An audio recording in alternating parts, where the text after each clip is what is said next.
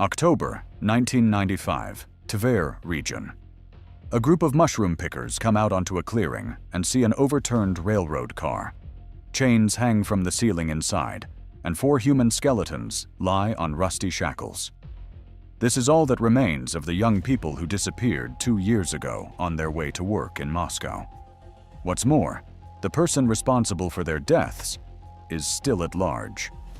On that damp October day in 1995, nothing foreshadowed the nightmare that would unfold before a group of mushroom pickers from the village of Malye Vyazemi in the Kalinin district of the Tver region. Anatoly Fedorovich Smirnov, a 50-year-old mechanic at a local collective farm, his wife Maria Ivanovna, and their neighbor Nikolai Petrovich Kuznetsov went into the forest to pick champignons, the last autumn mushroom harvest before the onset of cold weather. The forest in those parts had always been generous with its gifts, especially in areas along the abandoned railway line that once connected small settlements with the district center. This line was closed at the end of the 1980s, when economic difficulties forced the authorities to close unprofitable routes. The rails gradually became overgrown with grass and moss, and the wooden sleepers rotted away under the rain and snow. About a kilometer from the village, among thick thickets of hazel and young birch trees, mushroom pickers stumbled upon a strange structure. An old railroad car, apparently once used as temporary housing for road workers. Painted green many years ago, it was now peeling and covered with rust. The windows were boarded up, and the metal door hung on a single hinge. Maria said she smelled something strange, Anatoly Fedorovich later recalled. It was either rot or something else. At first I thought that maybe an animal had died somewhere nearby. However, the smell was coming from the car. Curiosity got the better of caution. Nikolai Petrovich, the most decisive of the 3, approached the door and tried to open it. The door gave way with a loud creak, and a sweetish, nauseating smell of decay rushed out of the darkness of the car. At first, the mushroom pickers could not see anything in the dim light. However, when their eyes adjusted to the darkness, they saw something that would remain in their memory forever as the most terrible nightmare. Thick chains hung from the ceiling of the trailer, on which hung 4 human skeletons in decomposed clothing. Tendons and remnants of flesh still held the bones together, and rusty shackles were visible on the wrists and ankles. Maria immediately lost consciousness, Anatoly Fedorovich told reporters. I couldn't believe my eyes. It was such a horrific sight that Nikolai and I couldn't move for several minutes. Then he grabbed his wife by the hands, and I ran to the village to the postmaster. She had a work phone. The first officers from the district internal affairs department arrived at the scene 2 hours later. Senior Lieutenant Igor Viktorovich Morozov, who was the first to enter the trailer, recalls that even in 15 years of service in the police, he had never seen anything like it. The crime scene was so shocking that even experienced operatives felt nauseous. In addition to the 4 suspended skeletons, an entire system for restraining people was discovered in the trailer. Metal rings were welded to the walls, to which chains of various lengths were attached. Pieces of moldy bread, tin cans, and glass water bottles lay scattered on the floor. In the corner stood a bucket, which, judging by the smell, was used as a toilet. An examination showed that the skeletons belonged to young people between the ages of 18 and 25. Judging by the condition of the bones and the remains of clothing, death occurred approximately 2 to 3 years ago. There were no signs of violent death on the bones, no gunshot or knife wounds. This meant that the victims died of exhaustion, dehydration, or illness. The most terrifying thing was the way the skeletons were arranged. They hung at different heights from the floor. One almost touched the floorboards with its feet, while the others hung higher. This suggested that the perpetrator had lowered and raised his victims, perhaps playing with them or trying to figure something out. On the walls of the trailer, the investigation team found strange symbols painted in reddish paint, or what looked like blood. They were pentagrams, crosses, and incomprehensible signs that clearly had some occult meaning. In the center of the room, A large circle with a star inside was painted on the floor. News of the horrific discovery spread instantly throughout the region. Journalists from regional and national publications flocked to Malie Viazemi, turning the quiet village into the center of public attention. The residents were in shock. No one could believe that the remains of murdered people had been lying next to their homes for 2 years. "We walked past that trailer all the time," said village resident Ekaterina Sergeyevna Volkova. "Children ran there to play. Mushroom pickers walked by. No one suspected anything. It's scary to think that dead people were lying there all this time." The investigation faced a difficult task: to establish the identities of the victims. In those years, the system for recording missing persons wasn't very effective, especially when it came to young people who often changed their place of residence in search of work. However, the detective work gradually yielded results. The first breakthrough came when a half-rotten note with an address and the name Sveta was found in the pocket of one of the victims. The police began checking all the addresses in the regional database that matched the address on the note. After several days of searching, they came across Svetlana Mikhailovna Kozlova, a 23-year-old saleswoman from Tver. The girl immediately recognized the handwriting. It was a note from her friend Sergei Alexeyevich Krylov, a 22-year-old mechanic from the village of Redkino.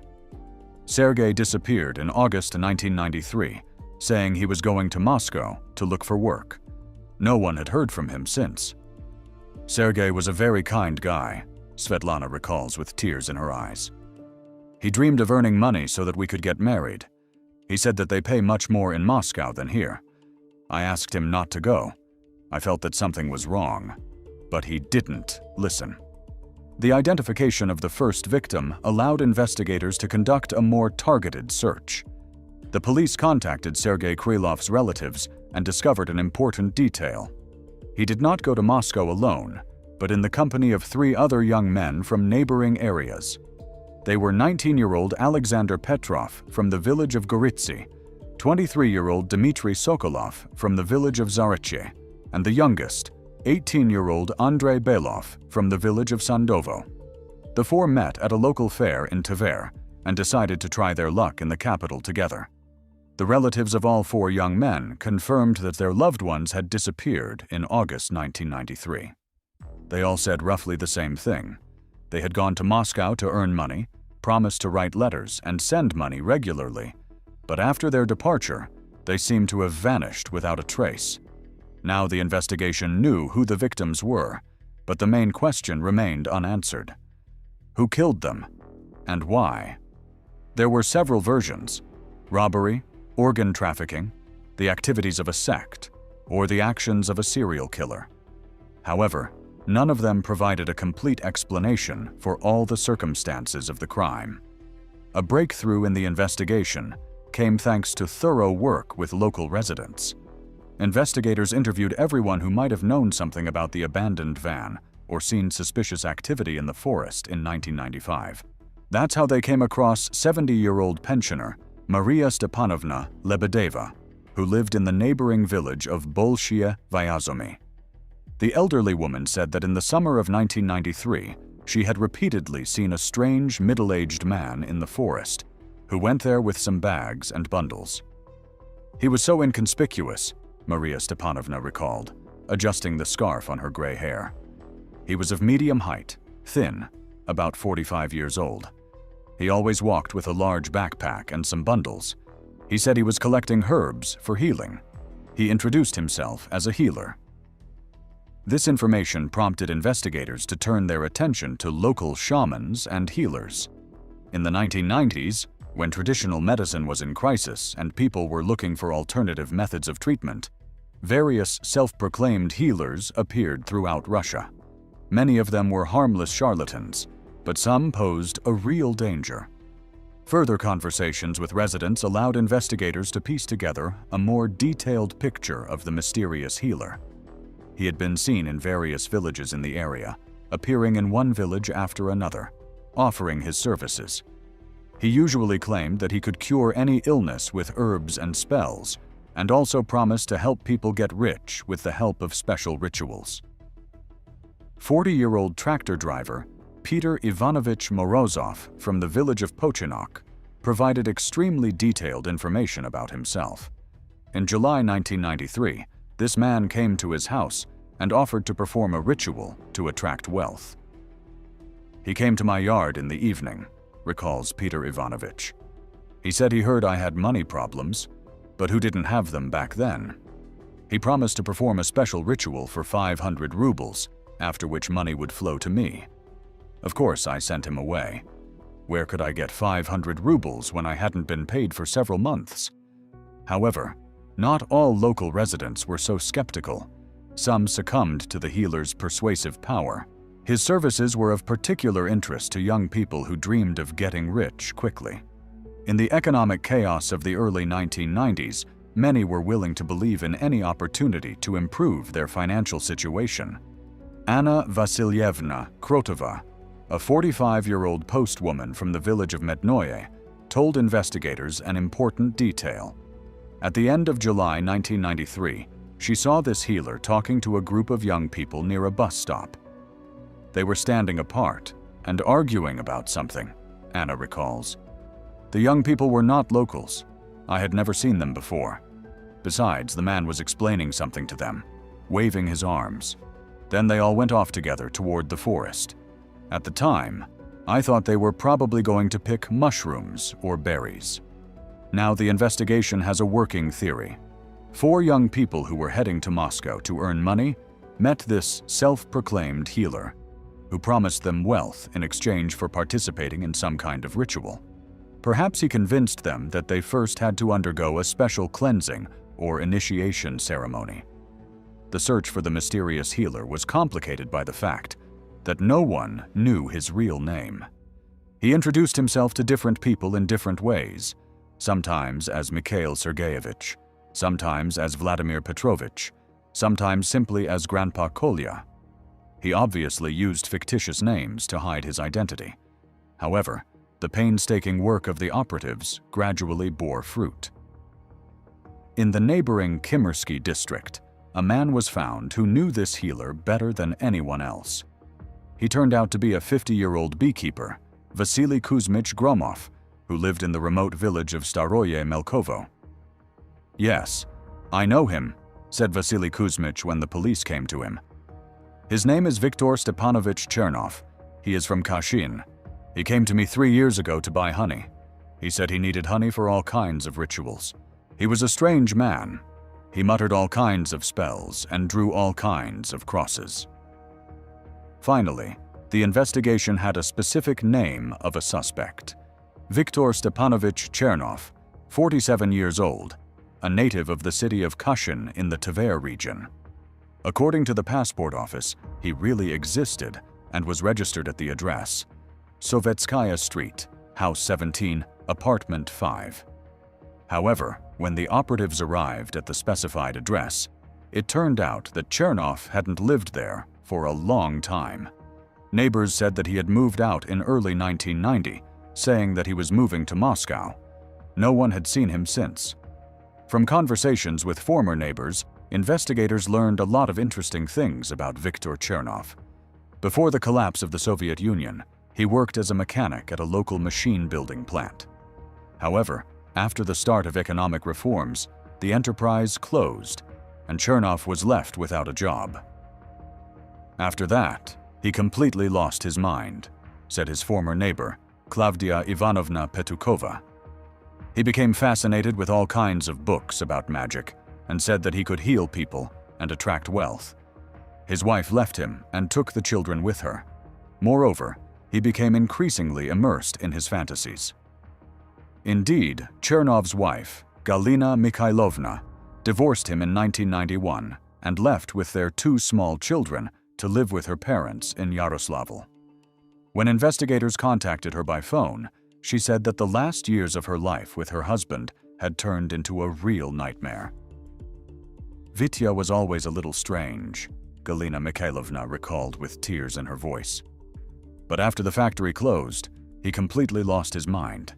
He stopped washing, spent whole days reading some occult books, and drew all kinds of symbols on the walls. He said that soon he would become a great magician and everyone would bow down before him. According to his ex-wife, Chernov was obsessed with the idea of getting rich quick. He constantly said that he knew secret ways to attract money and power, but that this required extraordinary sacrifices. At first, he sacrificed chickens and rabbits, but then he began to say that this was not enough. He said that strong magic required human sacrifices, Galina Mikhailovna recalls with a shudder. At first, I thought he was just fantasizing, but then I realized he was serious. When he started inviting all kinds of homeless people and drunks to our house, I realized it was time to run. This information finally convinced investigators that they were on the right track. Viktor Chernov could indeed be the killer who lured 4 young people into a forest trailer under the pretext of performing a ritual for wealth and then held them captive there until they died. But where was Chernov himself now? This question remained unanswered. Investigators issued a federal warrant for his arrest, but so far no trace of the criminal had been found. He seemed to have disappeared without a trace, just as his victims had once disappeared.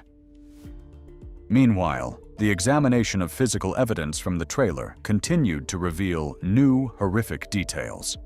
Analysis of the symbols on the walls showed that they were indeed occult in nature and were associated with various magical practices, including black magic and necromancy. The expert's attention was particularly drawn to a large circle with a pentagram in the center, found in the trailer. Such symbols are used in rituals associated with summoning demonic entities and human sacrifices. Apparently, Chernov sincerely believed in what he was doing and considered the murder of 4 young people a necessary part of his magical practices. A thorough examination of the chains and shackles used to bind the victims was also conducted. It turned out that these were not homemade devices, but professionally made, probably purchased from a specialty store or ordered from a blacksmith. This indicated that the crime had been carefully planned. Fingerprints that did not belong to any of the victims were found on one of the chains. When they were checked against the card index, it turned out that they belonged to Viktor Stepanovich Chernov. His fingerprints had been in the database since the time when he worked at a defense plant and underwent a security clearance check. This became decisive evidence of Chernov's guilt. Now the investigation had not only witness testimony and circumstantial evidence, but also direct material evidence of the suspect's presence at the crime scene. However, Chernov himself remained at large. The search covered the entire territory of Russia, but so far without result. The criminal turned out to be very cautious and skilled at hiding. Meanwhile, the investigation continued to piece together the picture of the crime. It was established that Chernov had rented this abandoned trailer from a local collective farm back in May 1993. Formally, he registered the lease as temporary accommodation for gathering medicinal herbs, paying the chairman of the collective farm, Ivan Petrovich Sukov, 300 rubles for the whole summer.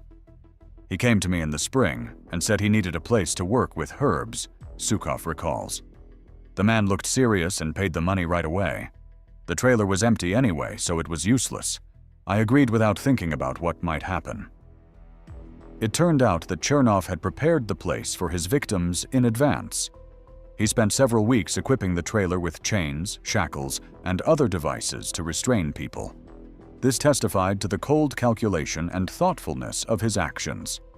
The examination also showed that the victims had spent quite a long time in the trailer, at least several weeks, and possibly months. This was evidenced by traces of their daily life, including scratches on the walls left by fingernails, food remains, and wear on the chains from constant movement. The most horrifying discovery was that the victims did not die simultaneously, but gradually, one after another. Judging by the location of the skeletons and the condition of the bones, the youngest, 18-year-old Andrei Belov, died first. Sergei Krylov, who had a note with his fiance's address, was the last to survive. It turns out that Krylov saw his comrades die and understood that the same fate awaited him. investigator Morozov said with a shudder. It's hard to imagine what he went through in those last days. In addition to occult symbols, other inscriptions made by the victims themselves were found on the walls of the trailer. These were short messages to their relatives, prayers, and requests for help. One of the inscriptions, written in faint handwriting on a wooden wall, read, "Mom, forgive me. I shouldn't have left. Sergei." These findings completely broke the hearts of the victims' relatives. Sergei Krylov's mother, Valentina Ivanovna, was hospitalized with a heart attack after reviewing the case materials. Andrei Belov's father began drinking even more and soon died of cirrhosis of the liver.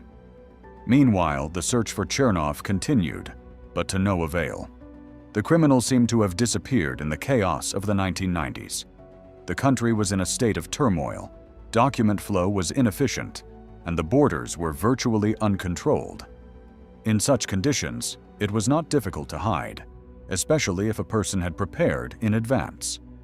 However, in December 1995, an unexpected event occurred that gave the investigation new hope.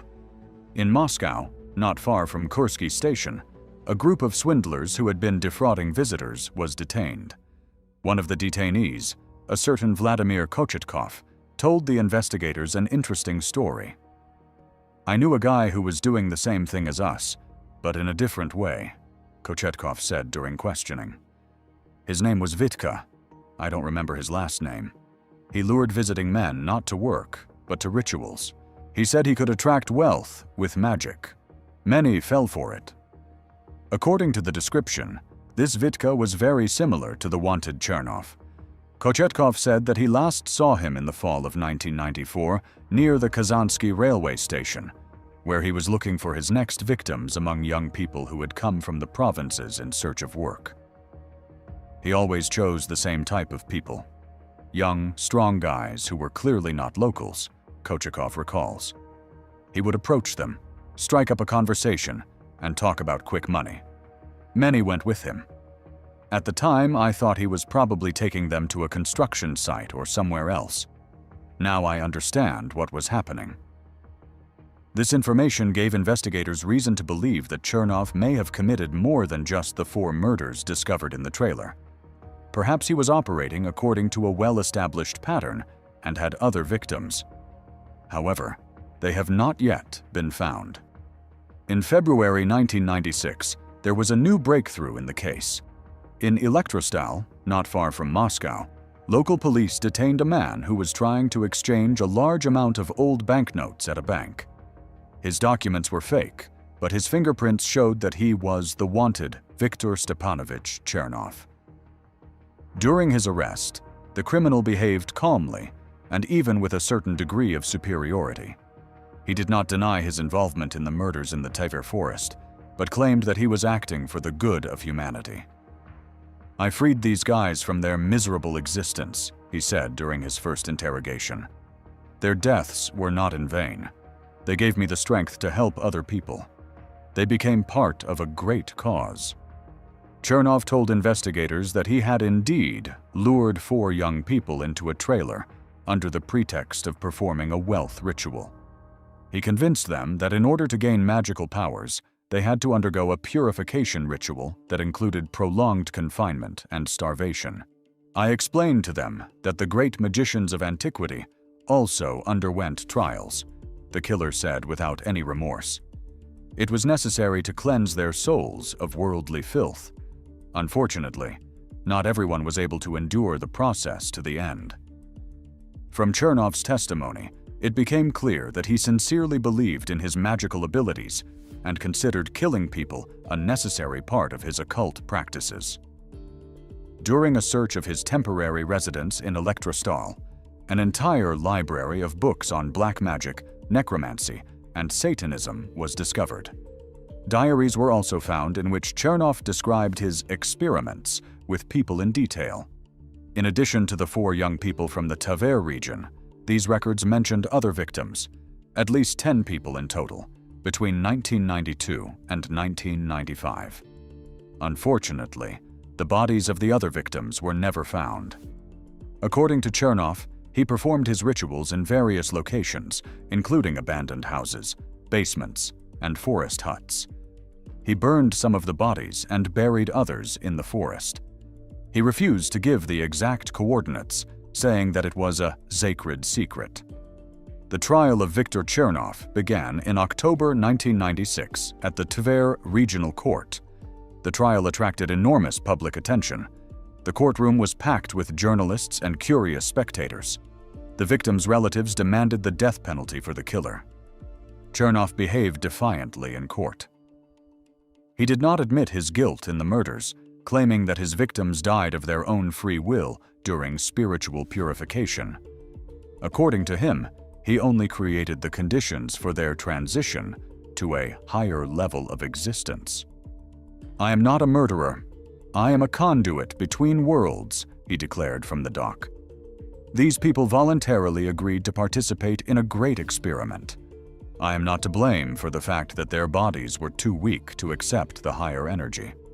A psychiatric examination found Chernov to be sane, despite clear signs of mental disorder.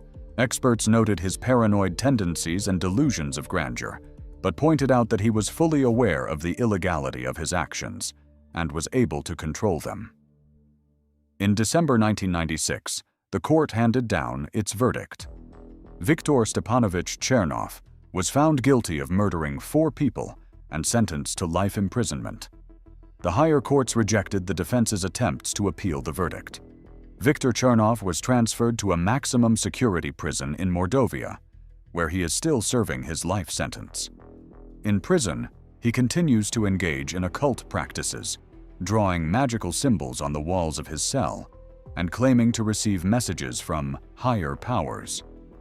Prison authorities have repeatedly confiscated his homemade books of spells and rituals. For many years, investigators were unable to find the remains of Chernov's other victims, although the search continued until the early 2000s. Several times in different regions, human bones were found in forests and abandoned buildings, but expert analysis did not confirm their connection with the activities of the Tver maniac. The story with the forest trailer forever changed the life of the village of Mali Vyazemi. Many residents, especially the elderly, became afraid to go into the forest alone. The trailer itself was dismantled at the request of local authorities, but the place is still considered cursed. The victims' relatives were never able to fully recover from the tragedy. Svetlana Kozlova, Sergei Krylov's fiancée, never got married, saying that she could not forget her deceased fiancé. The parents of the other victims died one after another within a few years after the trial. Grief broke them. The Chernov case became one of the most high-profile crimes in 1990 and was included in criminology textbooks as an example of sectarian activity that escalated into serial killings. Experts still argue about the criminal's motives, whether he was a sincere fanatic or simply a sadist who used the occult to justify his actions. In rare interviews, Chernov himself continues to claim that his victims have moved on to a higher level of existence and are grateful to him for it. Doctors at the colony note that over the years of his imprisonment, his mental state has only deteriorated, but he no longer poses a danger to those around him. 4 crosses in the rural cemetery in Mali Vyazemi remind us of the young people whose dreams of a better life turned into a nightmarish death in a forest trailer. Their story has become a warning to thousands of other young people who leave their homes in search of happiness and encounter evil in human form along the way.